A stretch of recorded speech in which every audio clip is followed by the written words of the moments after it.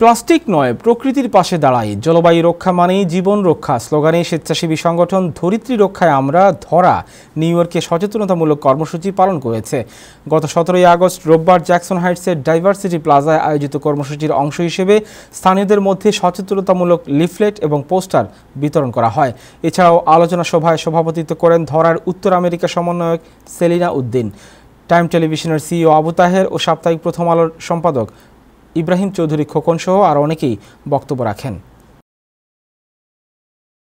Plastic যাতে বর্জন করা যায়, প্লাস্টিক শুধু বর্জন করলে বর্জন করা বললেই তো প্লাস্টিক বর্জন করা হবে না, প্লাস্টিকের প্রোডাক্ট বন্ধ করতে হবে, যাতে সরকারকেও এই ব্যাপারে আগে আসতে হবে যাতে প্লাস্টিক বন্ধ করা যায়। এবং আমরা যা চোখে দেখবো, যেমন ধরেন পাথরের সমস্যা দেখলাম বা আরও আমরা যা যা দেখতে পাচ্ছি, এগুলো আমরা এখান থেকে তুলে ধরবো।